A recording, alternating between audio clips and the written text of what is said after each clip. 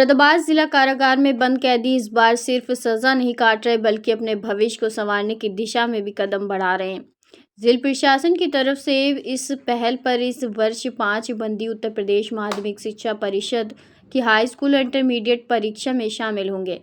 जिला कारागार में शिक्षा को पुनर्वास का सशक्त माध्यम बनाया जा रहा है। जेल प्रशासन का मानना है कि शिक्षा के जरिए बंदियों को आत्मनिर्भर और स्वावलंबी बनाया जाएगा ताकि सज़ा पूरी होने के बाद वे समाज की मुख्यधारा में सम्मानपूर्वक लौट सकें।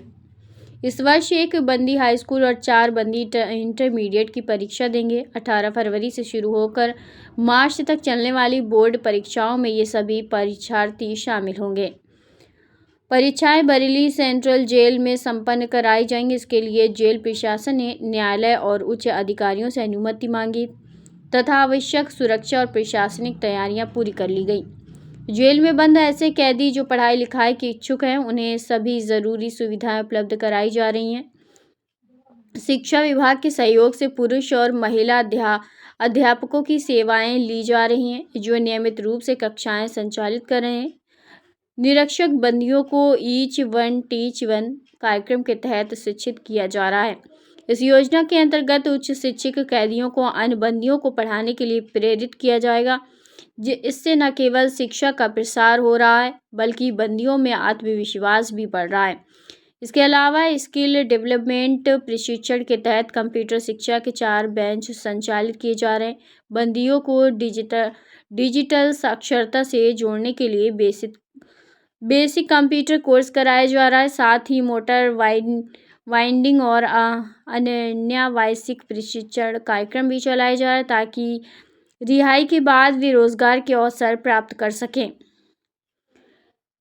जेल सुपरिटेंडेंट आलोक सिंह के अनुसार जेल प्रशासन का उद्देश्य सजा के साथ साथ सुधार की भावना को मजबूत करना है। उन्होंने बताया कि शिक्षा और कौशल विकास कार्यक्रम के माध्यम से बंदियों में सकारात्मक बदलाव देखने को मिल रहा है।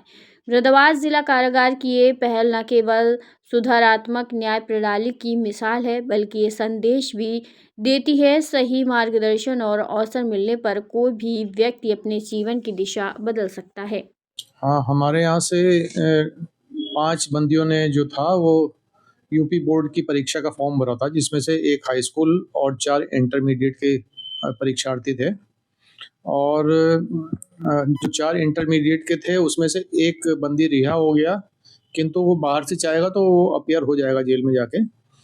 और जो इधर जो मंडल की कारागारें हैं, इनका जो परीक्षा केंद्र वो बरेली सेंट्रल जेल है।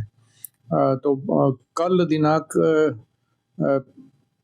कल कितनी 16 तारीख थी, 16 तारीख को हमने सारे बंदियों को बरेली सेंट्रल जेल नंबर 1 में स्थानांतरित कर दिया है, जिससे कि वो वहाँ पे अपना परीक्षा में अपीयर हो पाएँ और परीक्षा के उपरांत वो वापस फिर पुनः इस कारागार में दाखिल कर लिए जाएंगे। सर, परीक्षा शेड्यूल की बात करें, कब से स्टार्ट होगा?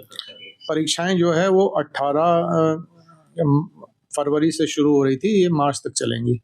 सर, किस तरह के बच्चों के पढ़ाई के लिए किस तरह का वातावरण जेल में बनाया गया था? हाँ, बुक्स हमारे यहाँ जैसे लाइब्रेरी भी है और हमने उनको भी परमिट किया था कि वो उन्होंने अपनी किताबें मंगा ली थी। और साथ में कई स्तर पे हम लोग शिक्षा का जो है कार्यक्रम अंदर जेल में चलाते हैं। तो जो पढ़े लिखे बंदी हैं, जो अधिक पढ़े लिखे हैं, जो जैसे जो पोस्ट ग्रेजुएट और इस तरह के जो बंदी हैं, उससे भी हायर एजुकेशन वाले भी हैं, तो उनको हम लोग असाइन कर देते हैं उनकी मदद करने में, ताकि कोई समस्या आए तो उनका सॉल्यूशन वहाँ हो जाए। इसके अलावा BSA के स्तर से भी 2 शिक्षक यहाँ पे दिए गए हैं, जो एक पुरुष बंदियों को पढ़ाते हैं और एक महिला बंदियों को पढ़ाते हैं।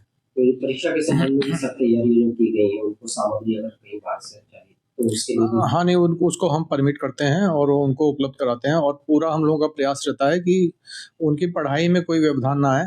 यदि कोई बंदी किसी श्रम में है और परीक्षार्थी है तो उसको हम श्रम से भी मुक्त कर देते हैं और वो उसे पूर्णकालीन उसकी शिक्षा मतलब अध्ययन के लिए ही हम उसको स्पेयर कर देते हैं।